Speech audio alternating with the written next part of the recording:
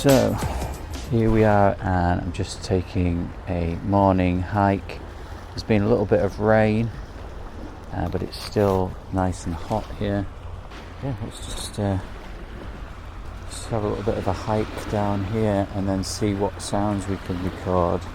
I wanted to record the sound of the sea waves, and just need to go a little bit further away from where there's potential noise like music and people in hotels.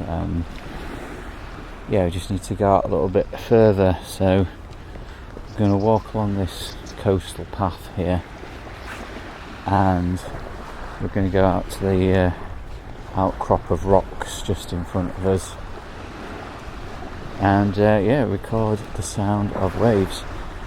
But this is what I do on my holiday, so wherever I go I always take my Sony M10 handheld recorder with really good quality omnidirectional microphones.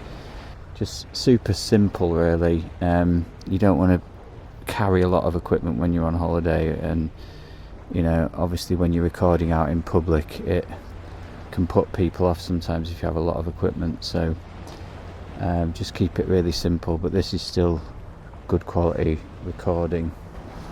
Let's see if we can get past this. Yeah.